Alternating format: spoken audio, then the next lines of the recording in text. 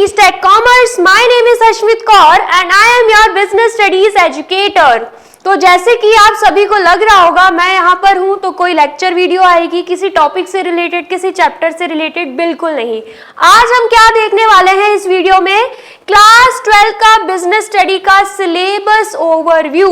मतलब क्लास 12 में जो बिजनेस स्टडीज है उसमें कितने बुक्स रहेंगी, बुक्स में कितने चैप्टर्स रहेंगे, चैप्टर्स में कितना वेटेज रहेगा, ये सभी जानकारी आपको इस वीडियो में मिल जाएगी।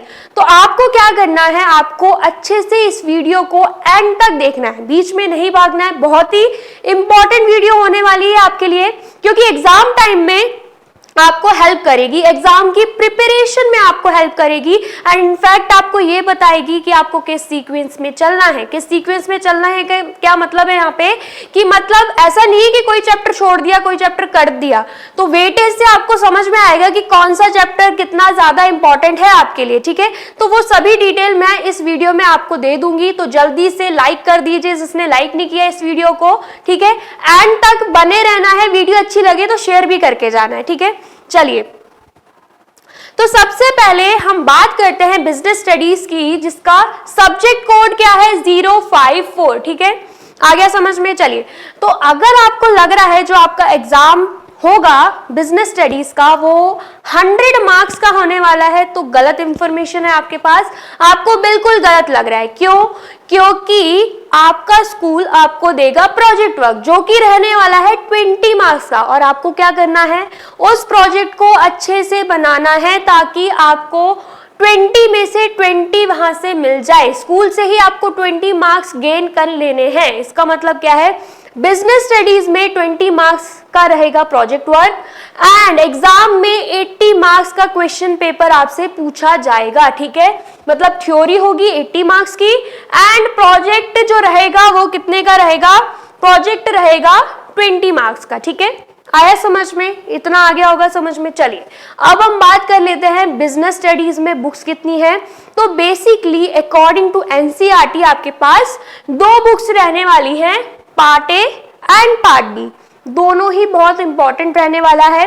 पार्ट ए जो रहेगा वो कंपैरेटिवली पार्ट बी से थोड़ा इजी रहेगा, पार्ट बी भी इजी है अपनी जगह। ठीक है, लेकिन पार्ट ए जो है वो थोड़ा इजी रहेगा पार्ट बी से। ठीक है, लेकिन आपको पार्ट ए पार्ट बी दोनों ही कवर करने हैं। जो पार्ट ए रहेगा वो 50 मार्क्स का रहेगा, मतलब पार्ट ए में से, इन चैप्टर्स में से आपके क्वेश्चन पेपर में 50 मार्क्स का आएगा, और जो पार्ट बी रहेगा उसमें से कितने मार्क्स का आएगा, 30 मार्क्स का आएगा। ठीक है, आया समझ में।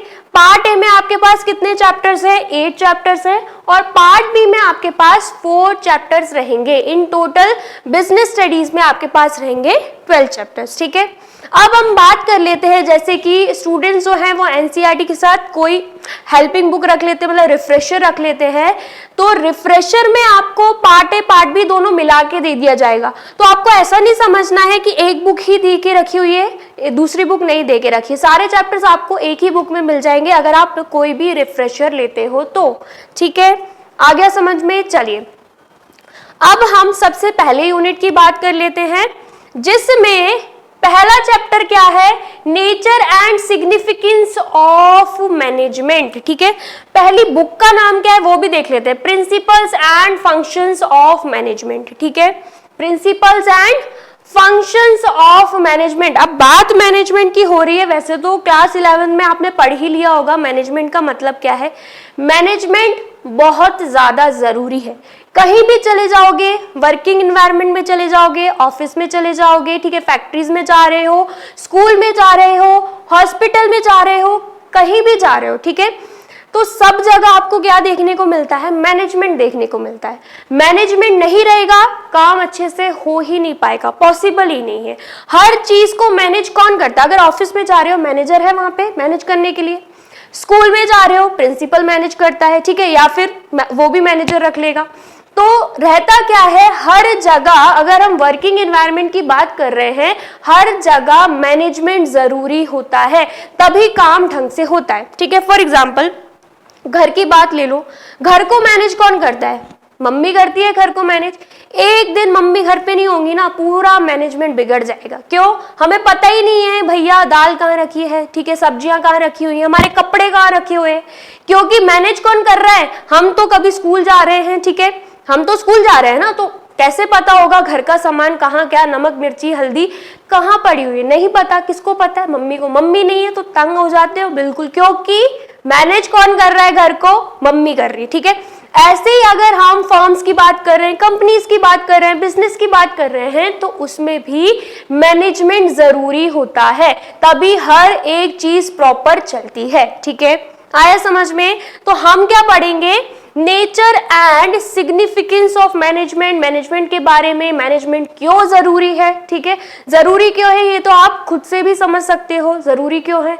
क्योंकि हर एक चीज प्रॉपर ढंग से होनी जरूरी है। अगर आपको चाहिए कि जो आपने सोचा है वो आप अचीव कर पाओ, तो उसमें मैनेजमेंट लाना होगा, ठीक है। आया समझ में? तो ये चैप्टर आपको अच्छे से पढ़ना है। ये सबसे पहला चैप्टर आपका रहने वाला है, nature and significance of management, ठीक है। आया समझ में? चलिए नेक्स्ट फिर हम बात कर लेंगे प्रिंसिपल्स ऑफ मैनेजमेंट की। बहुत इंपॉर्टेंट चैप्टर है जिसमें आप 14 प्रिंसिपल्स ऑफ हेनरी फ्योल के बारे में पढ़ोगे, ठीक है, और टेलर्स की टेक्निक के बारे में भी पढ़ोगे।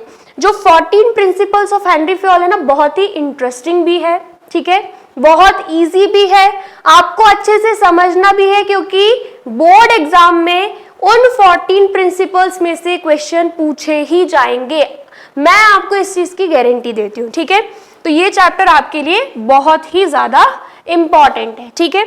उसके बाद हम बात कर लेते हैं बिजनेस एनवायरनमेंट की। अब ये बिजनेस एनवायरनमेंट का क्या मतलब है, ठीक है, उसकी क्या आवश्यकता है, क्यों इंपॉर्टेंट है बिजनेस एनवायरनमेंट, तो इससे रिलेटेड जो भी रहेगा हम इस चैप्टर में पढ़ लेंगे बिजनेस एनवायरनमेंट के बारे में, ठीक है। अब कुल मिला के कितने चैप्टर्स हो गए यहाँ पे? 3 चैप्टर्स। तो सिर्फ और सिर्फ अगर मैं इन 3 चैप्टर्स की बात करूं ना, तो कितने मार्क्स का आएगा इन 3 चैप्टर्स में से? 16 मार्क्स का इन 3 चैप्टर्स में से आ जाएगा। मतलब स्टार्टिंग के 3 चैप्टर्स में से 16 मार्क्स का आ रहा है। तो क्या आपको कोई चैप्टर छोड़ना है? बिल्कुल नहीं छोड़ना है। टारगेट क्या होना चाहिए? 80 में से 80 मेरे आ जाए, ठीक है। 80 में से 80 सोच के रखोगे, 78 79 पक्का आएंगे, और 20 तो आपको स्कूल में प्रोजेक्ट अच्छे से बना के स्कूल से ही ले लेने हैं, ठीक है। आगे समझ में? उसको तो साइड में रख दो। अभी सिर्फ बोर्ड एग्जाम की बात हो रही है, तो 3 चैप्टर में से 16 मार्क्स का पूछा जाएगा। 16 में से कम 15 तो लेकर आओ। पूरा अच्छे से पढ़ के जाओगे, कम से कम 15 तो आएंगे, ठीक है। आया समझ में? चलिए उसके बाद मैनेजमेंट में क्या रहता है? फंक्शंस ऑफ मैनेजमेंट रहता है, ठीक है। फंक्शंस ऑफ मैनेजमेंट में प्लानिंग से लेके कंट्रोलिंग तक सभी चीजें आ जाती हैं।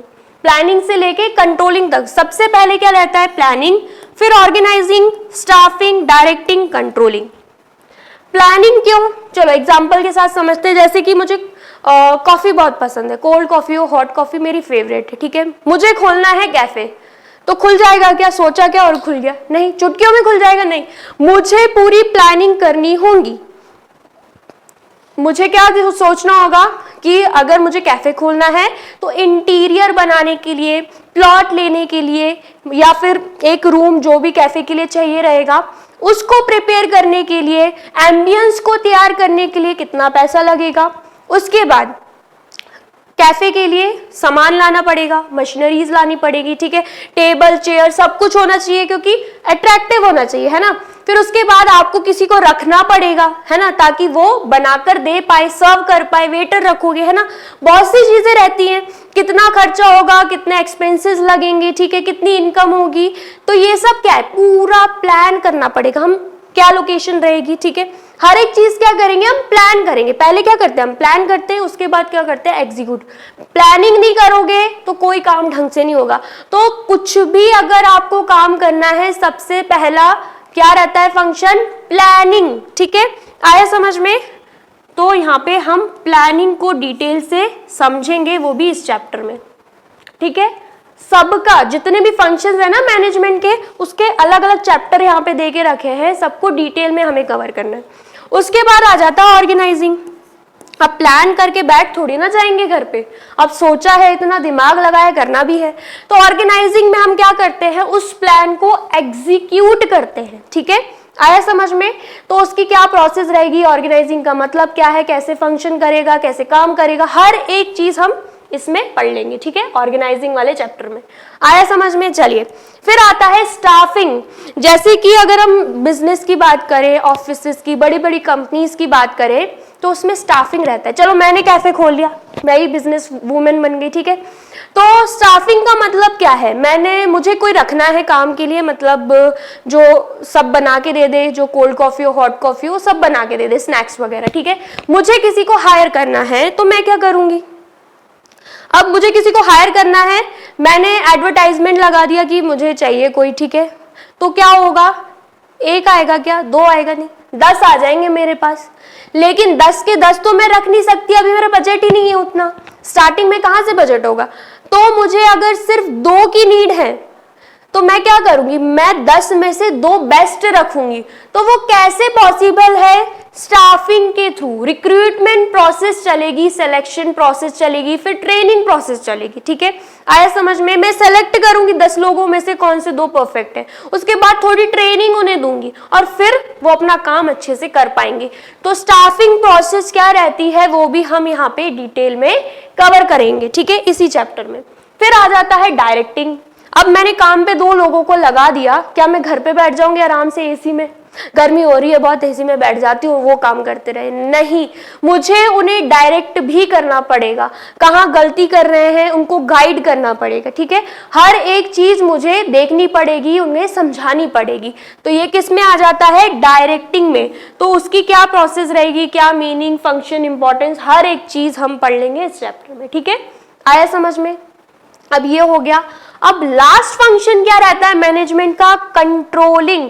मुझे कंट्रोल भी करना पड़ेगा। अगर मैं टारगेट लेकर चल रही हूं कि मुझे प्रॉफिट चाहिए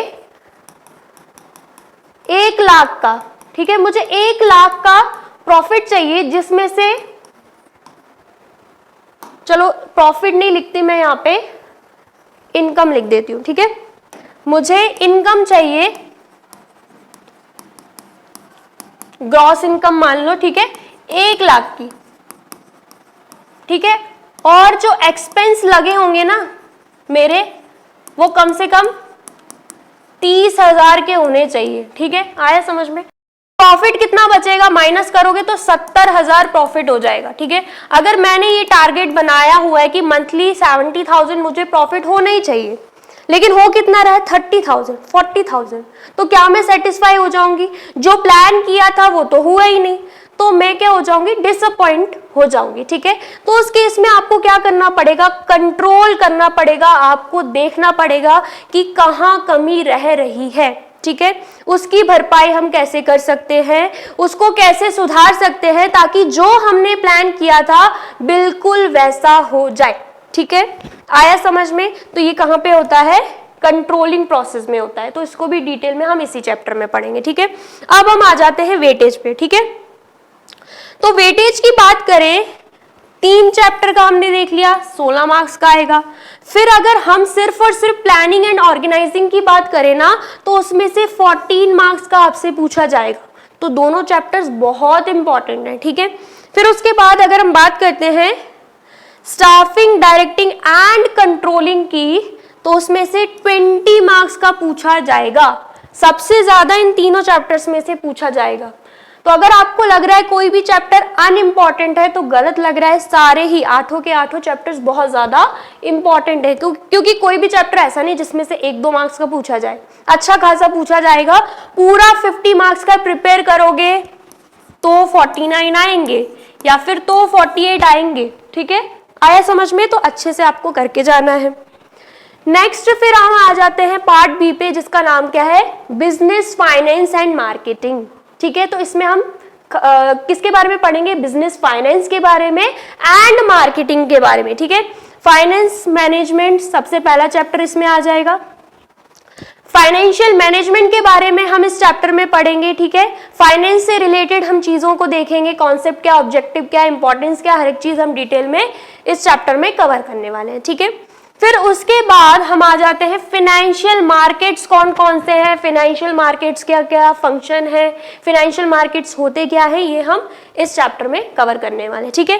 फिर हम आ जाते हैं मार्केटिंग मैनेजमेंट, ये बहुत ज्यादा इंपॉर्टेंट है और बहुत लेंथी चैप्टर भी है और अच्छे खासे क्वेश्चंस पेपर में इस चैप्टर में से पूछे जाते हैं, ठीक है।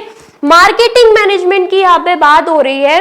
अगर मैंने कैफे खोला है तो मैं जरूर चाहूंगी कि लोग आए मेरे कैफे में बैठे, ठीक है, खाएं पिए मौज करें, ठीक है, ताकि मेरी कमाई हो। अब लोग आएंगे कैसे, उनको क्या पता इस पर्टिकुलर लोकेशन में मेरा कैफे खुला हुआ है, वहां पे अच्छा सामान मिलता है, अच्छा मतलब स्वाद अच्छा है, अच्छी खासी कॉफी मिलती है, कैसे पता चलेगा? मार्केटिंग से पता चलेगा, ठीक है। कोई भी कंपनी प्रोडक्ट बना रही है, फैक्ट्री प्रोडक्ट बना रही है, उनका प्रोडक्ट कैसे बिकेगा? मार्केटिंग के थ्रू बिकेगा, ठीक है। तो मार्केटिंग की क्या प्रोसेस रहेगी, पूरा डिटेल मार्केटिंग को हम इस चैप्टर में समझने वाले हैं, ठीक है। आया समझ में? चलिए फिर आ जाता है कंज्यूमर प्रोटेक्शन। ये बहुत ज्यादा इंपॉर्टेंट चैप्टर है, खासकर हम जैसे लोगों के लिए। क्यों? क्योंकि हम कंज्यूमर्स ही तो हैं। हम क्या करते हैं, शॉपकीपर होता है, शॉपकीपर के पास जाते हैं, सामान लेते हैं, सामान को कंज्यूम करते हैं, सामान को यूज करते हैं। तो हम क्या है, कस्टमर हैं, कंज्यूमर हैं। तो हमें हमारे राइट्स पता होने चाहिए, हमारे हक हमें पता होने चाहिए, ठीक है। ऐसा नहीं होना चाहिए कि जो सेलर है, जो प्रोड्यूसर है, जो शॉपकीपर है, हमें बेवकूफ बना रहा है, ठीक है। तो अगर हमें हमारे राइट्स पता रहेंगे तो हम अच्छे से क्या कर पाएंगे, हर एक चीज को डील कर पाएंगे, वो भी प्रोडक्ट रिलेटेड जो हमने खरीदा होगा, ठीक है। हो सकता है एक्सपायरी डेट निकल गई हो, कुछ भी हो सकता है हमारे साथ, कुछ मिसलीड इंफॉर्मेशन हमें दे दी गई हो, प्रोडक्ट से रिलेटेड इंफॉर्मेशन हमें मिसलीड कर दी गई हो, हमें गलत गाइड कर दिया गया हो, ठीक है। तो ऐसा होने पर हम क्या एक्शन ले सकते हैं, हम कंप्लेन फाइल कर सकते हैं कि नहीं, हम रेमेडी ले सकते हैं कि नहीं, अगर कोई प्रोडक्ट गलत आ गया है हम उसको रिटर्न कर सकते हैं कि नहीं, पूरा पैसा हमें वापस मिलेगा कि नहीं, हर एक चीज हमें किस में पता चलेगी, इस चैप्टर में, ठीक है। तो बहुत इंपॉर्टेंट रहने वाला है ये चैप्टर, ठीक है। और इन चारों चैप्टर में से कितने मार्क्स का पेपर में पूछा जाएगा, 30 मार्क्स का। कितने मार्क्स का पूछा जाएगा, 30 मार्क्स का। तो आपको क्या लग रहा है, पार्ट ए इंपॉर्टेंट है क्योंकि 50 मार्क्स का पूछा जा रहा है, पार्ट बी तो हल्के में ले लेंगे क्योंकि 30 मार्क्स का पूछा जा रहा है, ऐसा लग रहा है ना? तो गलत लग रहा है आपको। क्यों? क्योंकि खुद देखो आप, 8 चैप्टर्स 50 मार्क्स के और 4 चैप्टर्स 30 मार्क्स के, तो ज्यादा वेटेज किसका है, इन 4 चैप्टर्स का है, ठीक है। आया समझ में? तो कुछ भी नहीं छोड़ना है। 80 मार्क्स मतलब 80 मार्क्स का ही पूरा पढ़ना है, दोनों बुक्स को घोल के दिमाग में गटक लेना है, ठीक है। आया समझ में? चलिए, और टेंशन नहीं लेनी है। जिसको लग रहा है केस स्टडीज आएंगी डिफिकल्ट होगा, नहीं, अगर हर एक कॉन्सेप्ट अच्छे से समझ में आ गया ना तो क्वेश्चंस में, केस स्टडीज में उसको कैसे अप्लाई करना है वो भी आ जाएगा, ठीक है। तो टेंशन नहीं लेनी है। मेरा काम है आपको समझाना, मेरा काम है आपको पढ़ाना, और आपका काम क्या है, शांति से बैठ के पढ़ना, समझना, और बाकी अपने आप ही आपके अच्छे मार्क्स आ जाएंगे अगर आप मेहनत करोगे, ठीक है। और राइटिंग प्रैक्टिस करना नहीं भूलना है। मिस्टेक यही होती है स्टूडेंट्स की कि वो राइटिंग प्रैक्टिस नहीं करते हैं, जिस वजह से उनका पेपर छूटता है, मेरा भी छूटा है, रिग्रेट भी करी हूँ, इसलिए मैं आपको बता रही हूँ, ठीक है। आया समझ में? तो ऐसा रिग्रेट आपको नहीं करना है। राइटिंग प्रैक्टिस एटलीस्ट पेपर के कुछ दिन पहले कर लो, 1 महीने पहले स्टार्ट कर दो, 1 हफ्ते पहले स्टार्ट कर दो, लेकिन करके जरूर जाओ, ठीक है। आया समझ में?